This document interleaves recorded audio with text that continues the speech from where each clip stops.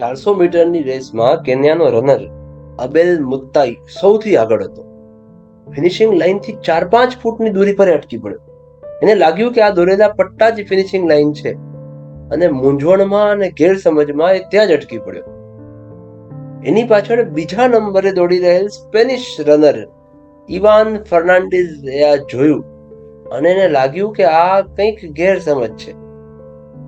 એને પાછળથી બૂમ પાડી અને મુત્તાઈને કહ્યું કે દોડવાનું ચાલુ રાખે, પરંતુ મુત્તાઈને સ્પેનિશ ભાષામાં સમજ ના પડી.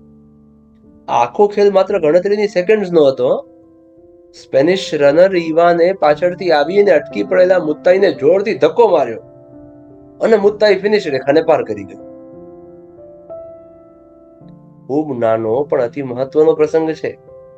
આ રેસ હતી અંતિમ પડાવ પૂરો કરી વિજેતા બનવાની રેસ. ઇવાન ધારત તો પોતે વિજેતા બની શકત. ફિનિશ રેખા પાસે આવીને અટકી પડેલા મુત્તાઈને અવગણીને ઇવાન વિજેતા બની શકત. આખરે વિજેતા મુત્તાઈને ગોલ્ડ મેડલ મળ્યો અને ઇવાનને સિલ્વર. એક પત્રકારે ઇવાનને પૂછ્યું, તમે આમ કેમ કર્યું? તમે ધારત તો તમે જીતી શકત, તમે આજે ગોલ્ડ મેડલને હાથથી જવા દીધો.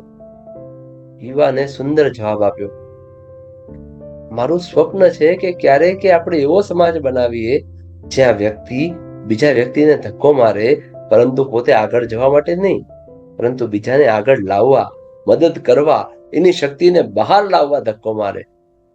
એવો સમાજ જ્યાં એકબીજાને મદદ કરી બંને વિજેતા બને. પત્રકારે ફરીથી પૂછ્યું કે તમે કેન્યન મુત્તાઈને કેમ જીતવા દીધો? તમે જીતી શકત. જવાબમાં ઇવાને કહ્યું કે મેં એને જીતવા નથી દીધો, એ જીતતો જ હતો. આ રેસ એની હતી, અને છતાં જો હું એને અવગણીને ફિનિશ લાઈન પાર કરી જાત ને, તો પણ મારી જીત તો કોઈ બીજા પાસેથી પડાવેલી જીત જ હોત. આ જીત પર હું કેવી રીતે ગર્વ કરી શકત? આવો જીતેલો ચંદ્રક હું મારી માને શી રીતે બતાવી શકું? હું મારા અંતરાત્માને શું જવાબ આપું? સંસ્કાર અને નીતિમત્તા એ વારસામાં મળેલી ભેટ છે. એક પેઢીથી બીજી પેઢીને મળતો વારસો છે.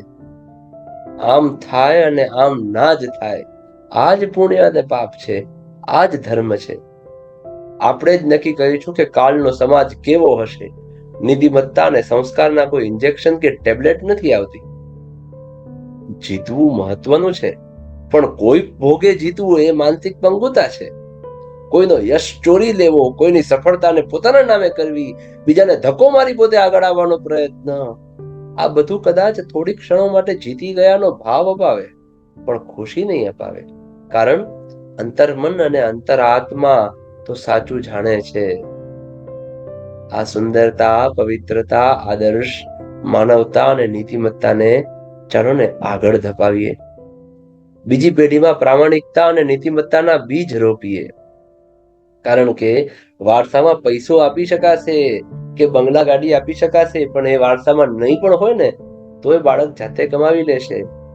પણ જો આ સુંદરતા, પવિત્રતા, આદર્શ, માનવતા આ બધા જો પેઢીમાં ના આપ્યા તો એ ખતમ થઈ જશે. અને જે ત્રીજી પેઢી માટે આપણે અઢળક રૂપિયો ભેગો કરીને રાખીએ છીએ, એ રૂપિયાનો ક્યારે આનંદ ના લઈ શકે.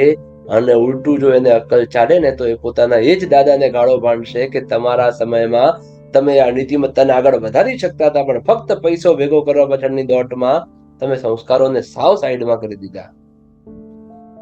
વિચારો, આપણને કેવો સમાજ જોઈએ છે? સારો જ જોઈએ છે ને? તો ફટાફટ આ વાર્તાને એવા બધા જ લોકો સાથે શેર કરો, તમારા બધા જ મિત્રો સાથે, વાલાઓ સાથે, કે જે લોકો સમાજ, સંસ્કાર, માનવતા, આદર્શને ટકાવવા મથી રહ્યા હોય. ને હા, વિડીયોને લાઈક કરી અને ચેનલને સબસ્ક્રાઇબ કરવાનું ભૂલતા નહીં. ધન્યવાદ. જય શ્રી કૃષ્ણ.